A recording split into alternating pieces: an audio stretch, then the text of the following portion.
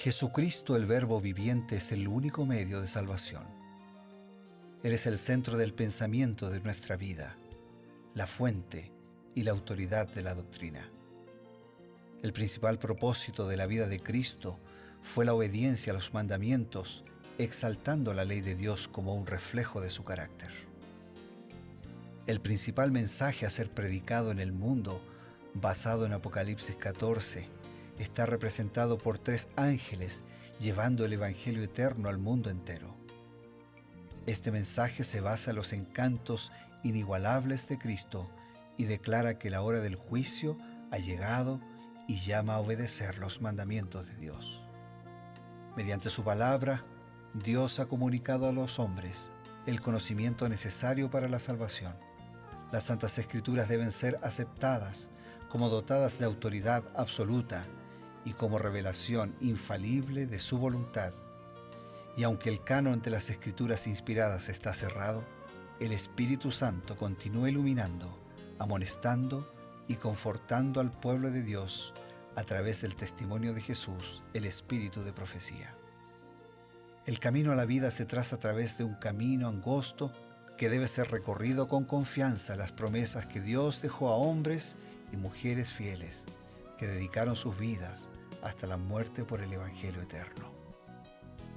Los fundadores de la Iglesia soñaron con el día en que la revelación sería una realidad en sus vidas.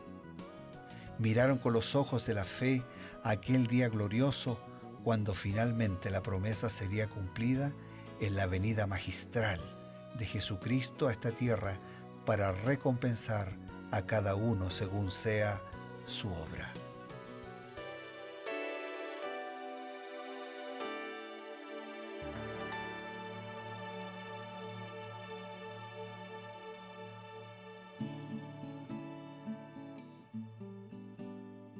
Qué grato es encontrarnos una vez más aquí en Reavivados por su palabra y creed en sus profetas. Estamos dedicados al estudio de la Biblia, un capítulo por día. Y luego de ser presentado este capítulo y los comentarios apropiados que nos trae el pastor Bruno Razo, ahora nos encontramos nuevamente para profundizar a través del espíritu de profecía. Y nuevamente le damos una cordial bienvenida al pastor Bruno. Muchas gracias, para mí es un privilegio poder estar con el pastor Eber y estar con todos los amigos, hermanos que nos congregamos desde la radio, desde la televisión, desde internet, para conocer más de Dios. Hoy estamos detenidos en el capítulo 20 del libro de Deuteronomio. Pastor, el capítulo 20 contiene algunas regulaciones importantes en relación a las actividades bélicas. El pueblo de Israel tenía que hacer guerras porque, aunque Dios ya había advertido por causa del peregrinaje de Abraham de que esa tierra la entregaría a los descendientes de Abraham, los cananeos no estaban dispuestos a salir de manera pacífica del territorio, ¿no? Se resistieron hasta el final y entonces Dios tuvo que ordenarles ir a la guerra y habían ciertas regulaciones, ¿no? Leyes. Una de ellas, por ejemplo, era que se le daba permiso al recién casado. Un año no estaba obligado a ir a la guerra para atender a su esposa. Es una cosa interesante. Pero en medio de las leyes de la guerra que tuvieron que ser instituidas, nos preguntamos, Dios hizo previsión por si el pueblo de Israel tuviese que ir a la guerra. Pero, ¿quién es el originador de la guerra? Muy buena pregunta. Y yo voy a buscar la respuesta en la declaración de Elena de White en el libro Conflicto de los Siglos. Y dice así: Satanás se deleita en la guerra que despierta las más viles pasiones del alma y arroja luego a sus víctimas sumidas en el vicio y en la sangre a la eternidad. O sea que el que se deleita en la guerra por todo lo que la guerra significa, destrucción, heridas, familias divididas y finalmente muerte. Claro. El que se deleita en la guerra es Satanás.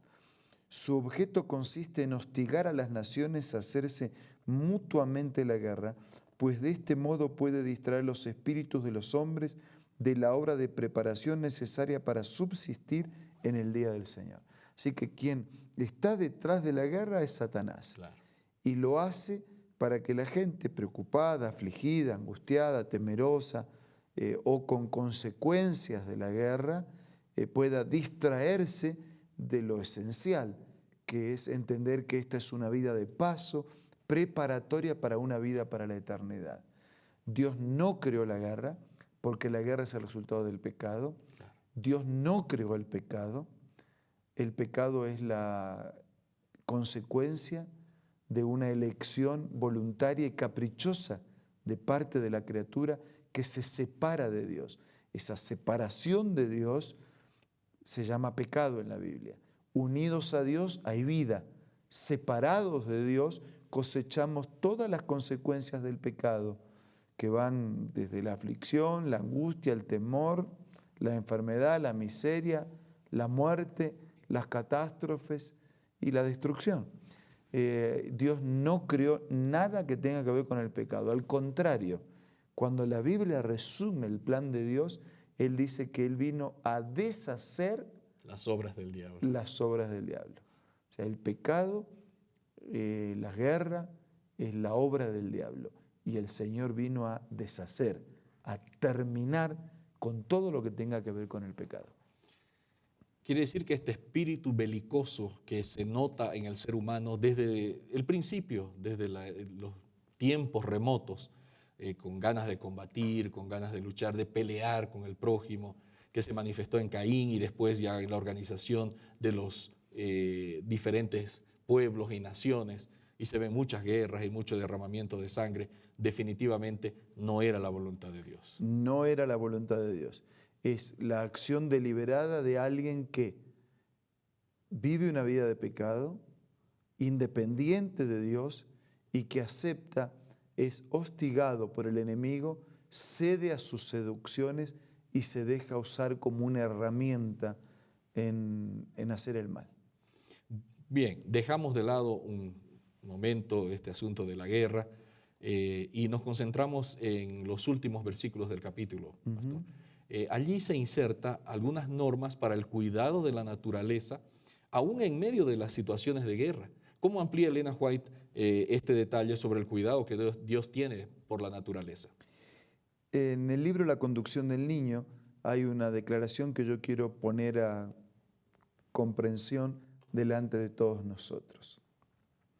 En la tierra, en el mar y en el cielo, con sus maravillosos matices y colores que varían en glorioso contraste o se fusionan armoniosamente, contemplamos su gloria. Las montañas eternas hablan de su poder. Los árboles que hacen ondear sus verdes estandartes a la luz del sol. Las flores en su delicada belleza señalan a su Creador. El verde vivo que alfombra la tierra habla del cuidado de Dios por la más humilde de sus criaturas. O sea, Dios tiene un interés por la naturaleza porque la naturaleza es la casa donde la criatura creada por Dios habita. En realidad hay dos grandes libros de Dios. Por un lado la Biblia con el espíritu de profecía y todo el mensaje escrito, y por el otro lado el libro de la naturaleza. Y en la naturaleza Dios manifiesta su poder, su amor, su carácter.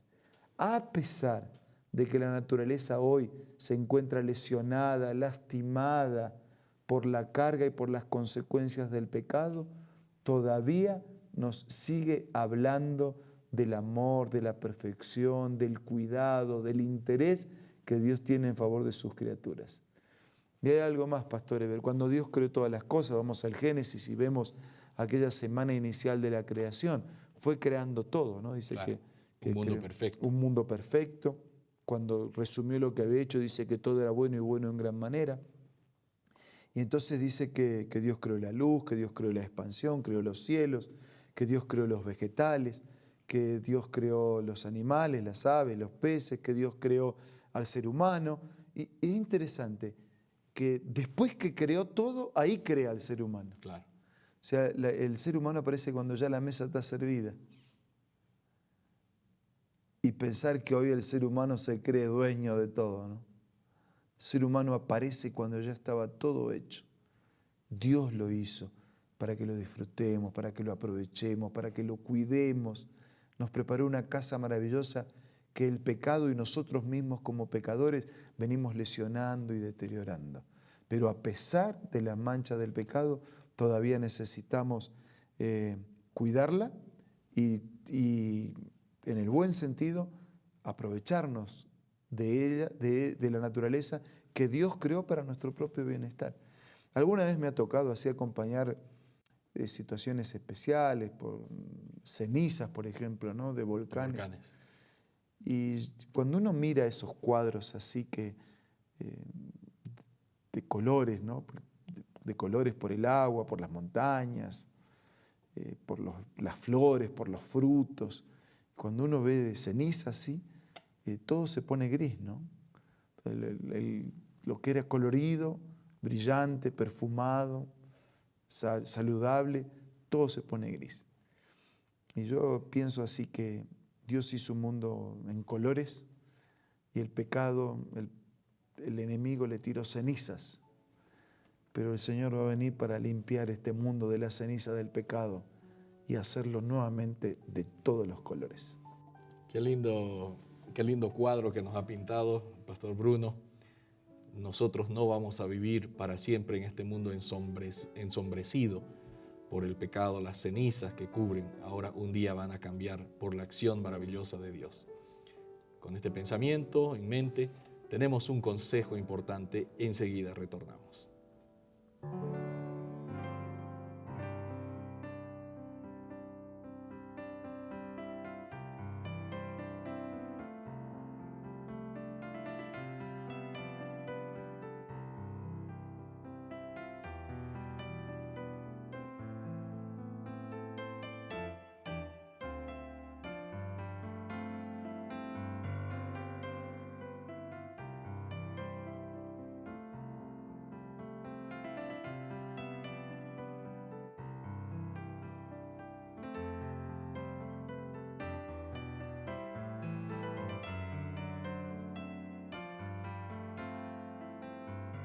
Hola, hoy tengo otra cita muy linda para compartir.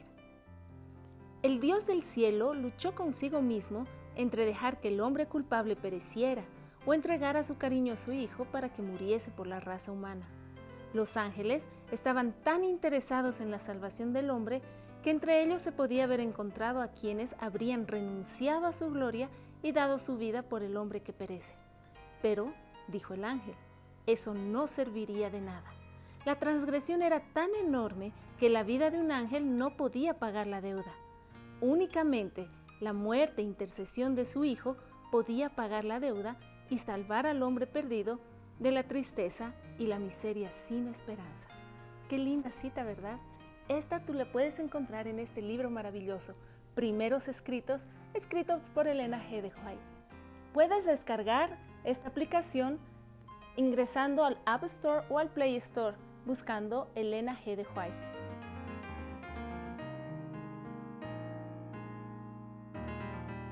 Retornamos para agradecer a Dios por este momento que nos ha concedido y, por supuesto, pedir las bendiciones. Vamos a orar. Gracias, Señor, porque a pesar de las manchas de tantos años de pecado, la naturaleza todavía nos habla de tu amor, de tu poder, de tu perfección. Ayúdanos a cuidarla y ayúdanos a ser beneficiados por el uso adecuado que hagamos de ella. También te damos gracias por recordarnos que tú no creaste ni el pecado, ni la guerra, ni nada que tenga que ver con el dolor y con el sufrimiento. Y te damos gracias porque aunque tú no lo creaste, has prometido que de aquí a poco vendrás para terminar con el pecado y todas sus consecuencias de manera definitiva. Bendícenos y ayúdanos a vivir de manera tal que cuando regreses podamos ser parte de tu reino y de tu vida para siempre. Te lo pido, te lo agradezco, en el nombre de Jesús. Amén. Amén. Esto ha sido Creed en sus profetas, como parte del proyecto Reavivados por su palabra. Nos vemos el día de mañana.